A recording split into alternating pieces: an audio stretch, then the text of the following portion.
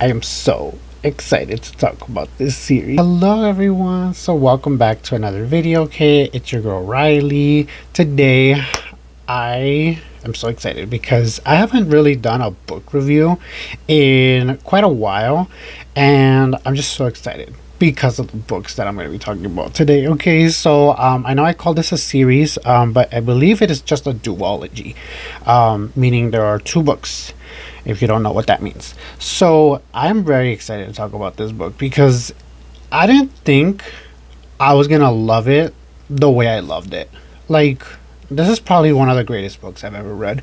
And I just recently finished the second book, and my god, this book almost made me cry. I love these books so much. And the books that I am talking about today, okay, I'm going to be talking to you guys about The House on the Cerulean Sea. Corrections, it's The House in the Cerulean Sea. I'm so used to saying on, but oh well. Okay, so House on the Cerulean Sea is a duology that is written by T.J. Klune, who wrote this heartwarming fantasy novel about a lonely caseworker who discovers an unlikely found family on a magical island. Okay, so yeah, this book is obviously like very like cutesy fantasy, you know. It's very much different than the fantasy that I had started reading because when I started reading fantasy, it was like I went from like Lord of the Rings to like romantasy, and we know how those two are so different. And if you guys have read these books right here, you guys know that these are nothing like those ones over there. So, you know, I love that I'm exploring like fantasy in a little bit different ways, because it's not a genre that I just like read upon a lot. So yeah, also just warning you guys, I didn't plan to really get into like spoilers, which I'm gonna try not to. I'm gonna basically say that there are gonna be some spoilers, mainly for the second book, so it's totally fine if you guys want to click off after I'm done talking about the first book, and then when I get to the second book, obviously it's gonna be some spoilers because there's things in the second book that like you would really only know if you read the first one. So as far as the first book, I'm gonna try not to really get into spoilers, so as of right now, no spoilers, but just know that when I do start talking about the second book, there will be spoilers from the first book. Just throwing that out there. Okay, so our main character here, his name is Linus Baker. So Linus Baker is a caseworker who is going to this island where there's an orphanage, which is home to 6 quote-unquote dangerous magical children, one of them being the Antichrist himself. Yes, I'm talking about baby Lucifer. And he's my favorite character. Well, he's one of my favorite characters, I should say. At the orphanage, there is a caretaker. His name is Arthur, okay? Arthur, cutie, love the guy, okay? Love Arthur. And he's basically the one, like, you know, well, he's a caretaker, so he's the one taking care of all these children, you know? So, like, he's just great. Like, these kids, I feel like, to me, it's like these kids are, like, very much, like, those are his kids, okay? We don't call him a caretaker. That's a father right there. These novels do explore themes of found family, acceptance, prejudice, and importance of challenging one's own beliefs. This book, I mean, yeah, it's very much like family friendly, but it's also about like, I feel like in a way it has a lot to do with like, what does like family really even like mean, especially like in the POV of like orphans, and not just obviously or just orphans, you know. We're talking about like magical kids, creatures who happen to be kids, you know, which is very, very like hard to imagine like what acceptance feels like for, you know, kids like that, you know. I very much relate in a way. Like my own community can probably relate to that. So as Linus spends time with these children and with Arthur, okay, he begins to question his rigid overviews and discovers the true meaning of family and belonging. So even Linus himself, being human, pretty much is also going through these exact same things. So it's like this. So this book is very much so gonna make you probably feel, at least like going back to what I said just a while ago. If you're someone like me, where like family acceptance and just like being accepted into the world and like, you know, feeling like you belong and stuff, it's a very important, serious topic, and it can be a little emotional, I will say. So like, trigger warnings for those of you who get easily sensitive to things like that. I do not blame you. I do not blame you, because I, for one, got emotional over this, because I was like, wait, I was like, I know we're talking about magical kids here, but I'm like, why does this feel very familiar? Like, it'll do that to you, especially if you're someone like me. Okay, so the 6 kids that are in this book are Lucy, who is basically baby Lucifer. So he is obviously referred to as the Antichrist because Lucifer, you know. But he's so cute. I love him. He's probably like my favorite. I think it was more discovered in the second book that he's like all about like dead musicians, and I love when kids, like especially like younger people, are really into like oldies stuff, you know what I mean? Like, gotta admire that, you know, you gotta admire that. Then we got Talia, who is basically like a gnome. You know, picture your stereotypical gnome, you know, with the red pointy hat, the beard and stuff. And so that's what Talia looks like. However, Talia looking like that is obviously a woman. Talia is a girl, so love her for that. Okay, then we got Fee, who is basically like a fairy. Okay, so she's really cute because she's, you know, I love fairies. I'm a big fairy girl. I don't know if you guys know that about me.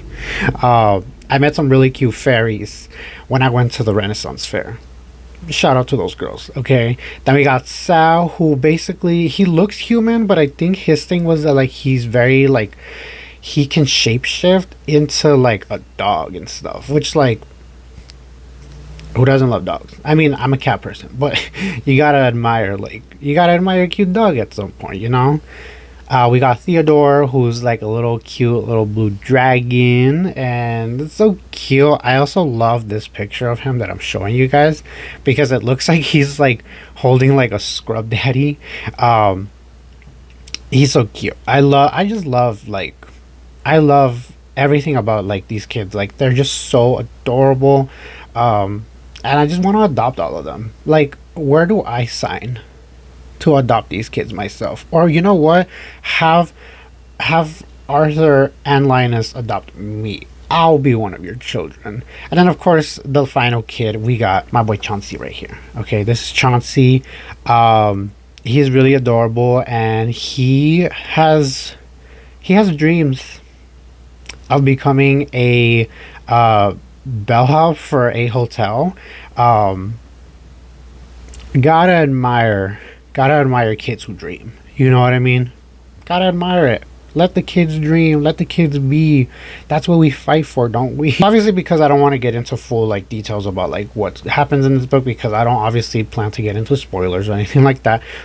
But going into the second book, there are going to be some spoilers for the first book. So now we're going to talk about the second book in this duology, and it is called Somewhere Beyond the Sea, and it is so emotional just as much as the first one, but this one I feel like had a lot more like very serious topics, because like at this point it's like governments getting involved, like the children I feel like are feeling less accepted into the world, and it's like it's just so much more emotional, and I feel like it really does like somehow remind you of like what our real world goes through, you know what I mean? Like, it just feels so like real. I'm telling you, like, I felt attacked from these books. I'm just saying. We do meet another like child in this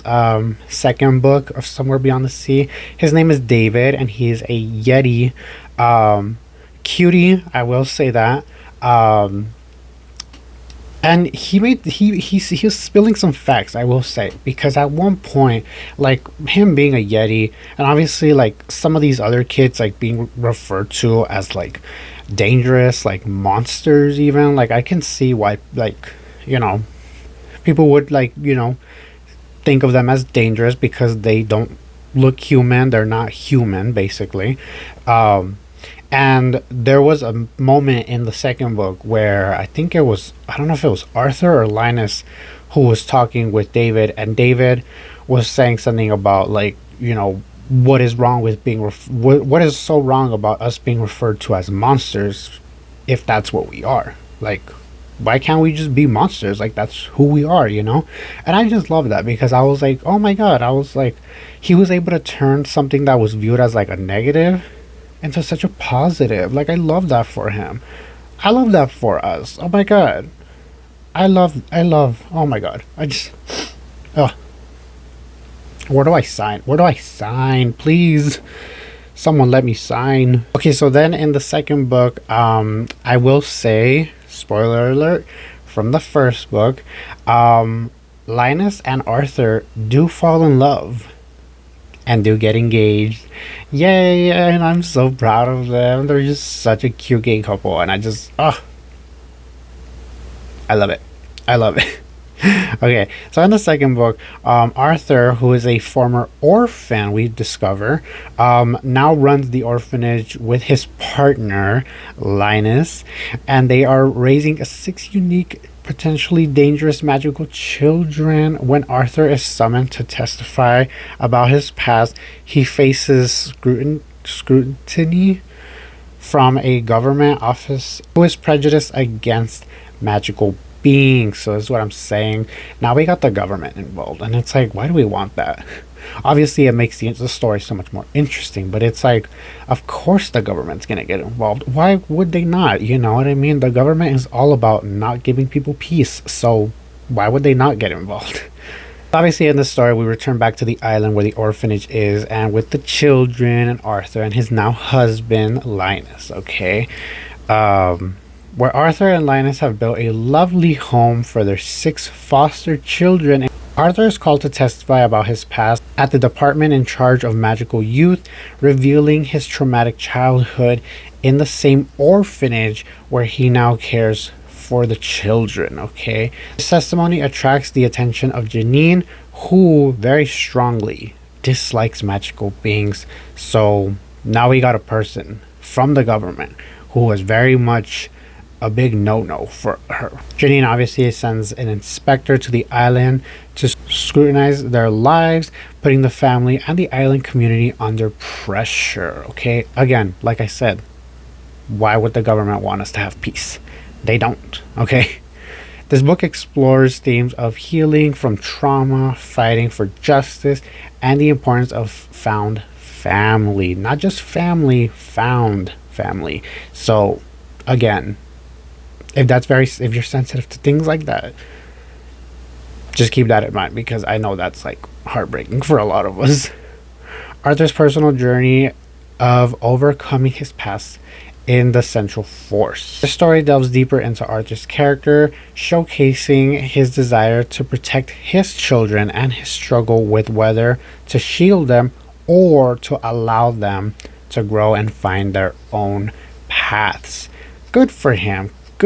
I love a supportive father who knows that his children can be strong enough and are strong enough. His kids are strong and he knows they are. Despite the challenges, the story maintains a sense of hope and warmth, highlighting the power of community, love, and standing up for what's right.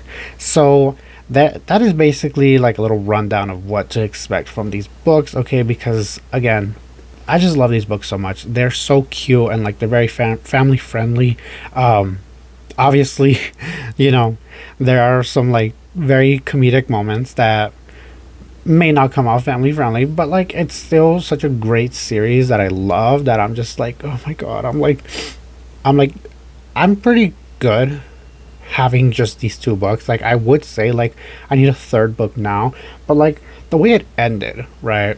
Like when you guys decide to read these books, hopefully you guys do, because I would not be sitting here talking about them if I wasn't gonna recommend them to you guys. You guys definitely should read these books. If you guys do decide to read them, you guys will know that based on the way it ended, right? That last epilogue, it was so long, first of all. And like it was just such a cute, perfect ending that I just loved. And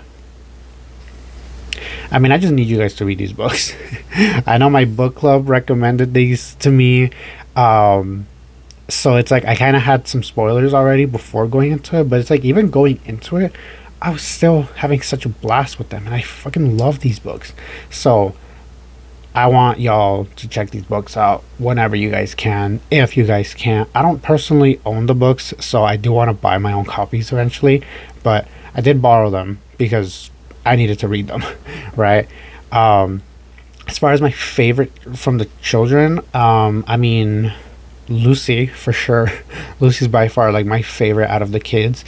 And of course, I mean, he's here with purpose. He's here for a reason. Is my boy Chauncey. My boy Chauncey is here with me, and he's in the background of all my videos now. If you guys can see him over there, he usually guards my trans flag because Chauncey says trans rights here, okay? So anyways, that is basically the end of this video. If you guys did like this, if you guys want me to do more like book reviews, more like kind of explaining what a book is that I like read to like in a way recommend it to you guys, you guys can definitely let me know in the comments if there are any other books that you guys would want me to talk about. And also I am thinking of posting this onto my podcast as well, as you guys probably heard in one of my last videos or last episodes. So if you guys do hear this on Spotify, thank you so much, by the way, for the support of my return to my podcast. It just means a lot to me. It really does, because obviously this is just like something I do for fun, but like I still have a lot of fun doing it, you know.